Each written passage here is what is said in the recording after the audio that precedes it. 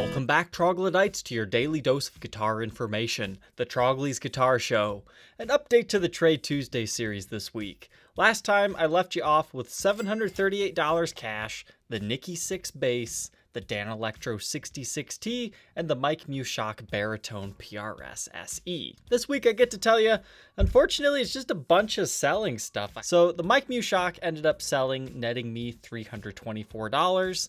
The 66T did thankfully find a trade, but I don't have it in my hands yet, so we're just not going to talk about that one. And the Nicky 6 bass sold for the full asking price, netting me about $280 after shipping. So that left me with $1,342 and the 66T. Now, I'll be honest, I didn't really have anything purchased specifically for Trade Tuesday this week, but I had purchased a guitar that kind of worked out perfect within the budgeted amount that we had, so I transferred that $750 purchase into the Trade Tuesday series today. So here we go, it's the 2018 Gibson Billie Joe Armstrong Signature Les Paul Jr. Since I purchased this one from a fan of the show, it just kind of seamlessly fall right into the Trade Tuesday thing and keep us moving towards our end goal because we're like so close. I really do think we're like 1 or 2 episodes away to reaching our goal for season 2. So let's go ahead and revisit the Billie Joe Armstrong Les Paul Jr. When these things first came out, they were highly controversial, and I actually pieced one of these back together before they were officially released because somehow I think it was the Stratosphere got some of these. Maybe it was Gibson Dependable. You can check out this old video for that. But Billie Joe Armstrong, if you're not familiar with him, he is the guy that is the front man of Green Day. There's tons of fans and there's tons of haters. Whenever this guy gets a signature guitar released, it's the same thing over and over. Ah, that's insanely overpriced. It should be a $300, $400 guitar. Why is this power chord guy getting a signature guitar? It's just how it is. You either like the guy or you don't. Personally, I think as long as you make a positive impact on somebody's life with your music, there's nothing wrong with you. So other guitars that this guy has had include the P90H Les Paul Jr. What that P90H pickup does is it cancels out the hum, but it still has that traditional look to it. They had a really cool leopard print case. He also had a DC Jr., which those things are kind of hard to find. And then there's the ES137 that I haven't quite found one of those for review yet either. It's a model I'm interested in, but they were deeply discounted at the end to sell those off, so I'm kind of very picky with what I'll pay. And then there was these guys from 2018. So what makes these things special are 2 things. First, it's a Les Paul Jr., but it has a humbucker. But to make it so that he wasn't just recreating his first Les Paul Jr., he had them modify the pickguard, and this was another point of controversy. I didn't really like it at first. Most people didn't, but it kind of grows on you once you understand where the design comes from. It's actually just a double cut Les Paul Jr. pickguard, just slightly modified. It doesn't have the P90 cutouts, and it's a bit extended, and they stylized it by the neck joint. It really is the defining feature of this particular instrument. You had 3 finish options to choose from. Sonic Blue, which is what I did the first time, Maraschino Cherry, which is this one, and then Black. Black is a little bit special because it's the only one that got a multi-ply pickguard and it's tortoiseshell in style, whereas the other 2 just got a single-ply white. So the more and more I've kind of looked at all these, I kind of like the black one the best now, because it has something just a little bit more special, but, you know, black's kind of a boring finish at the same time too. So you've got some decisions to make unless you just want to own one of each. Other than that, these things were $13.99 brand new. So I got a really good deal on this. The funny thing is, I even told the guy what it was worth. I mean, these things are an easy $900 to $1,100 on the used market, but he was wanting to sell it to get into something else, so I think this works out perfect for Trade Tuesday. So to learn a little bit more about this guitar, let's go ahead and throw it on the workbench. All right, so here we go. The big pickguard is not hiding a swimming pool route or anything. That was something I was curious about when these first came out. It's just a regular Les Paul Jr. routed out for a humbucker. Even though this model has a pickup that is pickguard mounted, notice that Gibson still drills these for a pickup ring, even though they try to hide them with the paint, which is good to know for modification purposes. In the cavity it says MCX for Maraschino Cherry, and then Les Paul Jr. Billie Joe Armstrong 2018. And the pickup that these guys come stock with is just a 57 Classic. I think it would have looked a lot better had they done it multiply, have a white, black, and white layer, but hey, it's probably what Billie wanted. Speaking of what Billie wanted, this is the only model from this lineup that has the black knobs. The other two colors get golden color knobs of the same style. I guess it's because the gold wouldn't look as nice with this Maraschino Cherry finish. And here's what the wrap tailpiece looks like on the backside. It just says Advanced Plating Incorporated. If you want to know how to intonate it, it's with these little screws right here. You just kind of rock back and forth. So these are mahogany bodies, just a single slab of it. I'm not sure if they're multi-piece. I don't see any seam lines going over it in the light, but that doesn't mean it's not. And it's got that 50s style junior where the heel kind of extends past the neck right there. And a mahogany neck with a rosewood fretboard. Now the rosewood on my first one looked actually pretty cool. This one looks more traditional. I'm not going to say it doesn't look cool, but it's not quite as interesting as that last one. It actually kind of has a very textured feel to it. It's kind of weird. You can see that there is some very light fret wear starting, but honestly, once you polish that up, it wouldn't even look it. Face of the headstock though, blank truss rod cover. That's another thing that's kind of unique about this run is there is no signature of Billie Joe anywhere on this guitar. He wanted this to be kind of a blank canvas for players. But at $13.99 new, people kind of criticized that point. So Les Paul Jr. silkscreen and Gibson silkscreen. I think that would have been another cool thing if they would have done a mother of pearl logo.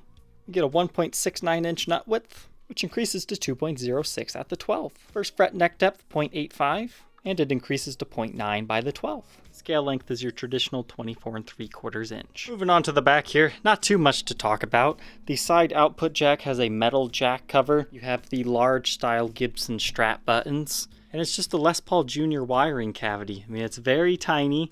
You just got a master volume, master tone. You've got that blue little capacitor right there, and it's pretty simple wiring job. Moving up the back of the neck here, this thing has the same thing that my last one had, where the finish is so thick, it's really hard to make that serial number out unless you get it in the light just right.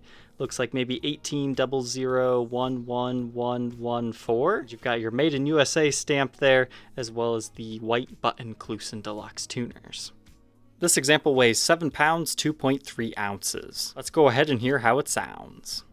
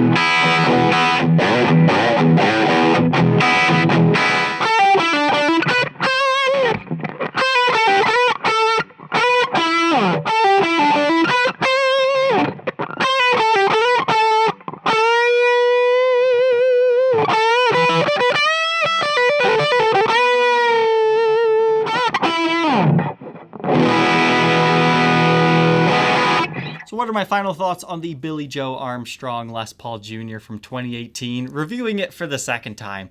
Pretty much the same thing I said the first time. If you're a Billie Joe fan, you're probably already going to buy one of these anyways.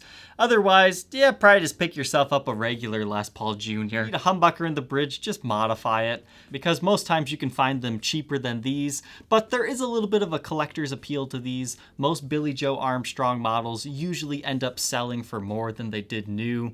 So I guess there's a little bit of a collectability factor. And there are rumors out there that there are only like 30 of each color made, but none of that is official.